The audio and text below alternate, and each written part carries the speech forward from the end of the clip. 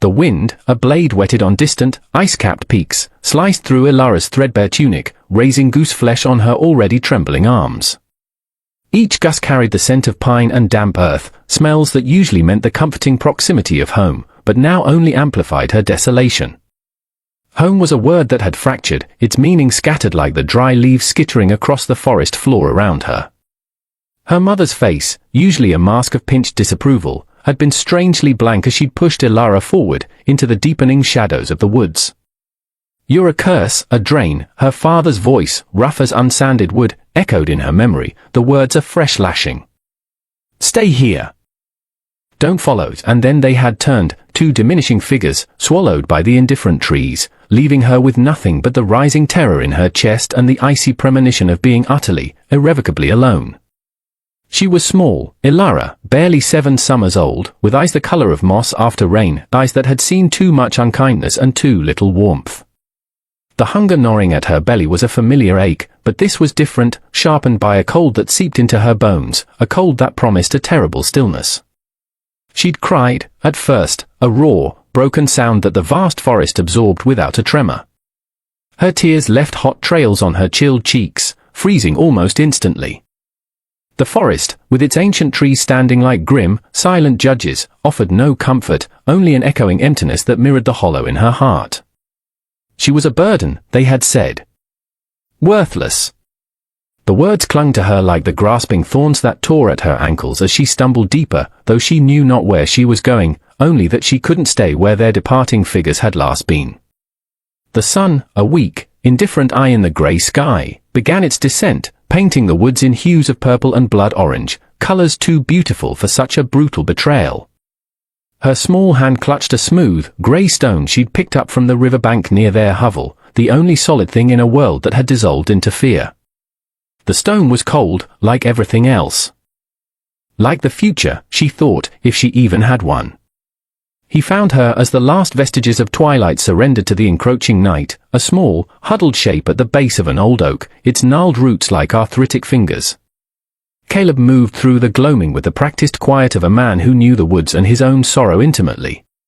His axe, usually for felling stubborn trees or splitting logs for the meager fire that awaited him in his empty cottage, felt heavy in his hand, a counterweight to the hollowness in his chest that had been his constant companion since Martha's passing. Grief was a stubborn tenant, refusing to be evicted. He'd been checking his snares, hoping for a rabbit to stave off the worst of his own hunger, when a sound, thin and fragile, had pierced the evening's silence. It wasn't the cry of any night creature he recognized. It was a human sound, choked with despair. His heart, a tired, scarred muscle, gave an unfamiliar lurch. He followed the sound, pushing aside low-hanging branches, his boots crunching softly on the frosted leaves, until he saw her. A child. Here, in the desolate heart of the Whisperwood, where even seasoned hunters trod with caution after dusk. She was barely more than a babe, her face pale and tear-streaked, her lips blue. For a moment, he could only stare, a torrent of questions and a surge of disbelief washing over him. Who would do such a thing? Leave a child to the wolves, to the killing frost. The wind sighed through the branches above, a mournful sound that seemed to articulate the cruelty of it all. Ilara didn't stir as he approached, her small body curled tight, as if trying to shrink away from the world's harshness. He knelt, his joints creaking, and gently touched her shoulder. Her skin was like ice.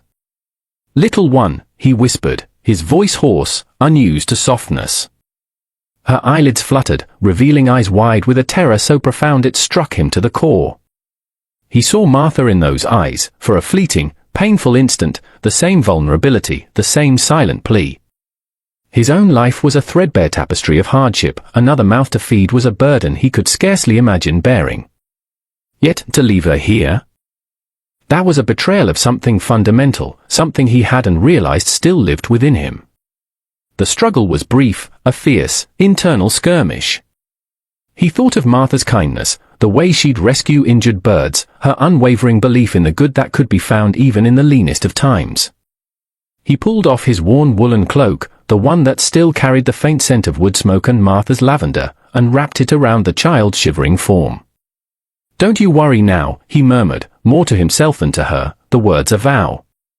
"I've got you." He lifted her carefully. She weighed almost nothing, a bundle of cold bones and fear.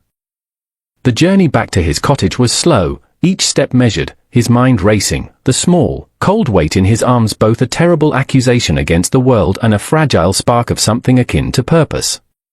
The cottage was a single room, walls chinked with dried moss and mud, the air thick with the smell of wood smoke and old sorrows. To Ilara, drifting in and out of a chilled stupor, it was a haven. Caleb laid her gently on his own cot, a rough-hewn bed covered with a patched quilt, the only soft thing in the sparsely furnished space. He moved with an uncharacteristic urgency, stoking the embers in the hearth until a small, brave flame leaped up, casting flickering shadows that danced on the rough timber walls. The warmth, hesitant at first, began to push back the invasive cold that had claimed her. She watched him through slitted eyes, a man whose face was etched with lines of worry and a deep, settled sadness, yet whose hands were surprisingly gentle as he coaxed a few spoonfuls of thin, warm broth between her lips. The taste was bland, but it was sustenance, a promise against the emptiness. She didn't speak, couldn't. The words were frozen somewhere deep inside, along with the memory of her mother's indifferent shove. Fear was still her closest companion, but it was a different fear now, not the stark terror of abandonment, but the wary apprehension of the unknown.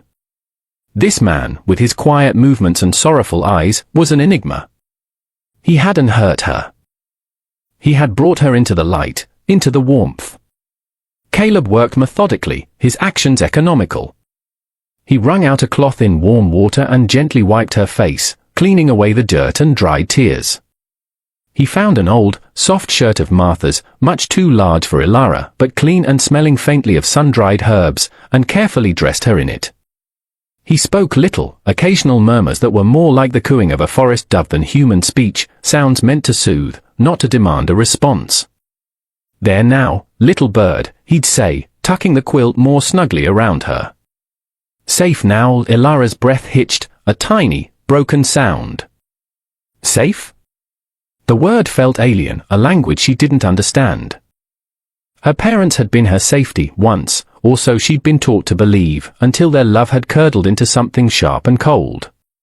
She closed her eyes, the firelight painting red patterns on the insides of her eyelids. The man sat by the fire, his silhouette hunched, watching her. He was a stranger, a widower living on the frayed edges of survival, yet in his presence, a tiny, almost imperceptible seed of something other than fear began to stir within her.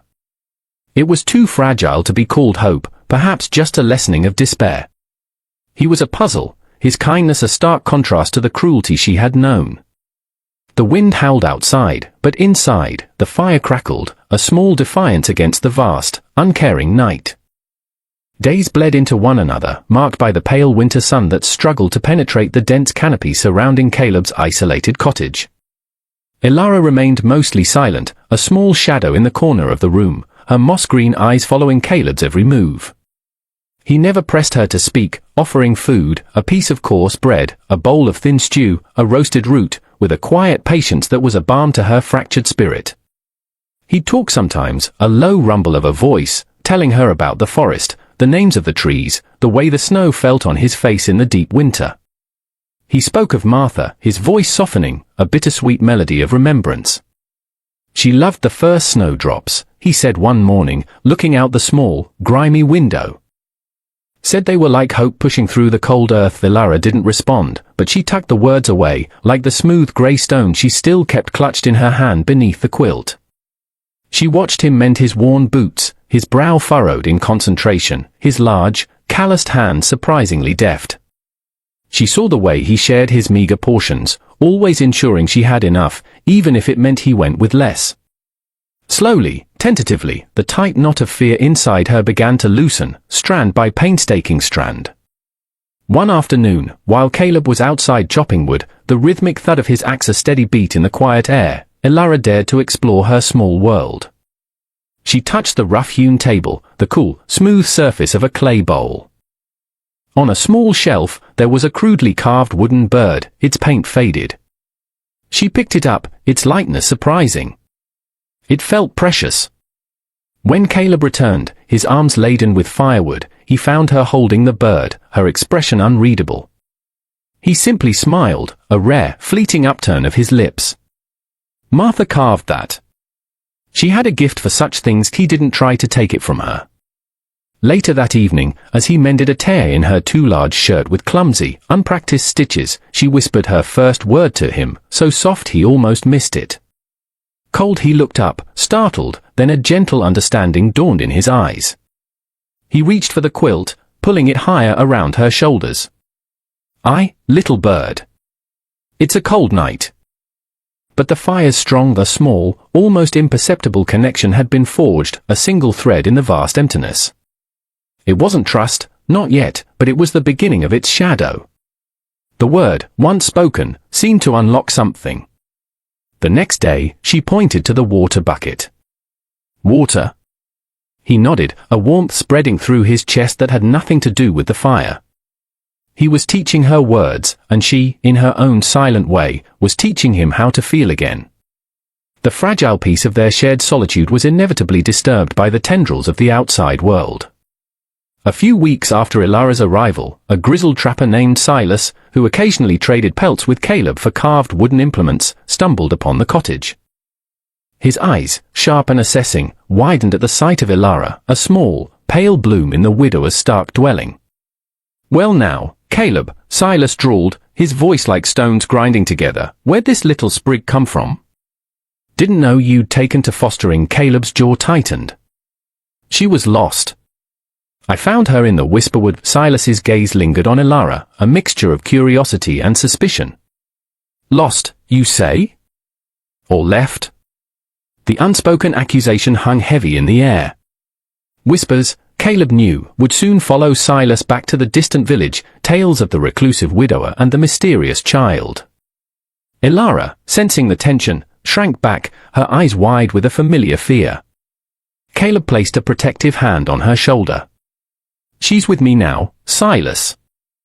That's all that matters." His tone brooked no argument, but the encounter left a residue of unease. Later, Ilara had a nightmare, thrashing and crying out incoherent words, her small body rigid with terror.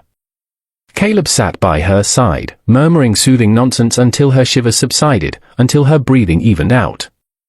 He saw the ghosts of her past in the sheen of sweat on her brow, in the raw fear that clung to her even in sleep. He learned nothing concrete about her wicked parents, or the specific horrors they had inflicted, only that the wounds were deep, etched into the very fabric of her being. He felt a surge of protective anger, fierce and unfamiliar, towards those who had harmed her, and a renewed determination to shield this fragile life. He began to actively teach her, not just words, but the quiet language of the forest, the rhythm of a life lived in tune with the seasons rather than the whims of cruel people. He showed her which berries were safe to eat, the scarlet jewels of wintergreen, the tart burst of late cranberries hidden beneath the snow. He pointed out the tracks of deer and fox, the silent flight of an owl. "The forest provides, Ilara," he'd say, his voice gentle, "if you know how to listen, how to look."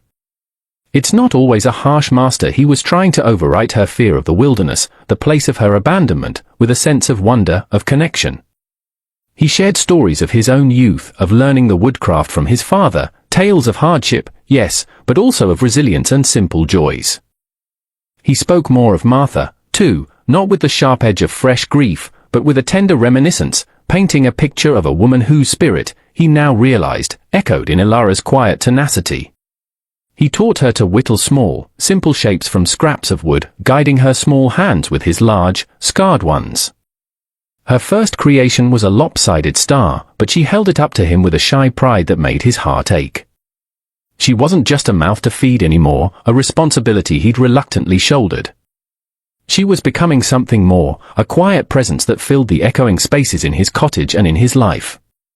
He saw her innate intelligence, her quickness to learn, the way she absorbed everything with a solemn intensity. She was, he realized with a start, a gift, not a burden. A tiny, resilient flower pushing through the frozen earth of his sorrow.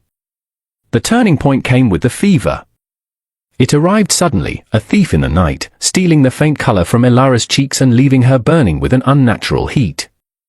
Her small body trembled, and her breath came in shallow, rasping gasps. Caleb was thrown into a panic he hadn't felt since Martha's final illness. He bathed her forehead with cool water, coaxed sips of willow bark tea between her cracked lips, his hands, usually so steady, fumbling and unsure.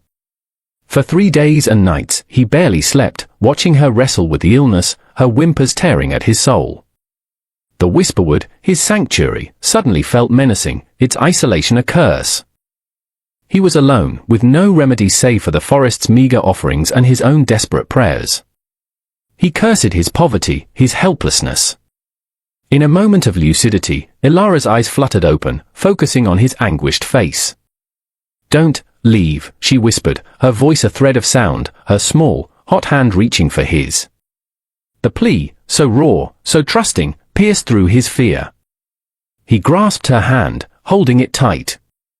"Never, little bird," he choked out, the words a sacred oath. "I'm right here. I won't leave you." He knew, in that moment, that his life was inextricably bound to hers. The thought of her parents, the ones who had left her to die, ignited a cold rage within him. He would not fail her as they had. He would fight for her with every ounce of his being. Slowly, painstakingly, the fever began to recede. Color returned to Ilara's cheeks, her breathing eased, and the light of awareness rekindled in her moss-green eyes. During her convalescence, something shifted deep within her. The wall of silence she had maintained about her past began to crumble. One evening, as the fire cast dancing shadows and the wind moaned outside, she spoke, her voice small but clear. "They said I was bad," she whispered, her gaze fixed on the flames. "Said I ate too much. That I wasn't worth the keeping." Caleb's heart constricted. He sat beside her on the cot, his presence a solid comfort. "They were wrong, Ilara," he said, his voice thick with emotion. "Terribly wrong. You are worth more than all the stars in the sky. You are a gift." He told her about Martha, about how she believed everyone had a light inside them, a precious, unique spark. "Your light is strong, little bird," he said, gently brushing a stray strand of hair from her forehead. "Don't ever let anyone tell you otherwise." Tears welled in Ilara's eyes, but they were not tears of fear or despair. They were tears of release, of a dawning, fragile understanding. She leaned her head against his arm, a gesture of trust so profound it made him tremble. In that shared moment of vulnerability, she wasn't just the lost child he had rescued, she was his. And he, the struggling widower, was her protector, her family.